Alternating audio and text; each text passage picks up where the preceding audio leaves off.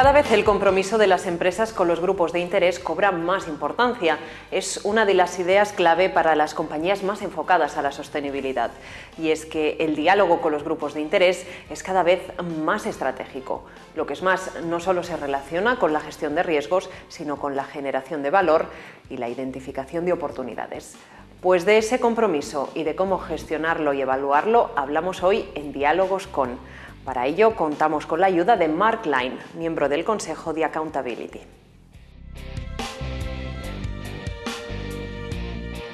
Stakeholder engagement is the idea of understanding the broad range of individuals and organisations that have an interest in your company, and being willing to interact with those individuals and organisations through a process of two-way dialogue, so that there is a mutual learning process, understanding each other's issues and concerns, and being willing to feed back and show how you respond to the things which have come out of that process.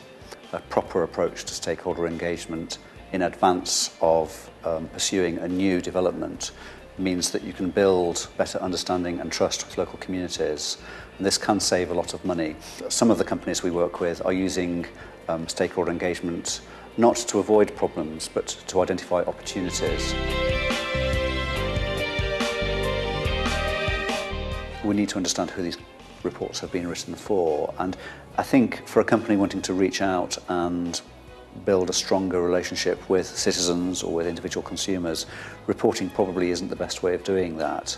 So to my mind, most of these reports are being written for a specialist audience. It could be investors, it could be for rating agencies, those who have maybe a detailed technical understanding of the issues.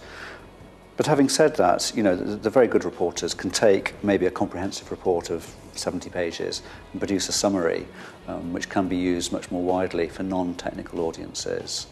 My personal view is that in the long run, that these reports will not be written for the individual consumer.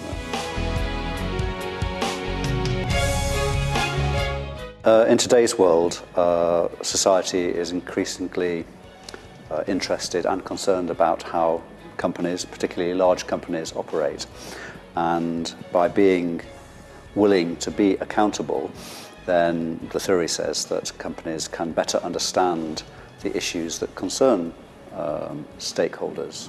And if you can understand their concerns, then you can build trust and have a better relationship. Because nowadays, with things like YouTube and the internet, the business of companies is very transparent, so a problem that happens in one part of the world can be very visible all around the world very quickly.